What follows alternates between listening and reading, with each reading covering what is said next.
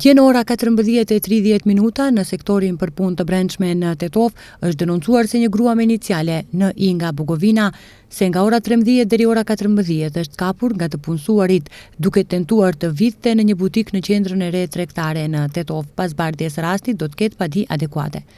Brëmë në ora 21 në sektorin për punë të brendshme Tetov është denoncuar se në rrugën Blagoja Toska në Tetov 36 vjeçari me iniciale AN nga Poroi është sulmuar fizikisht nga një person. Janë marrë masa në zbardhjen e rastit.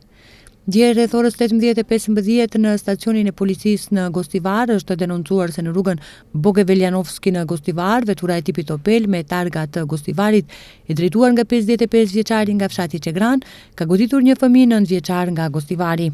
Në aksident 9 vjeçaria ka marrë lëndime të rënda trupore, të cilët janë konstatuar në spitalin e Gostivarit. Merren masa në zbardhjen e rastit.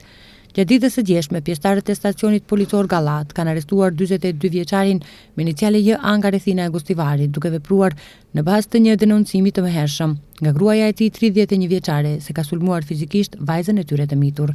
Pas zbardhjes së rastit do të ketë padi adekuate.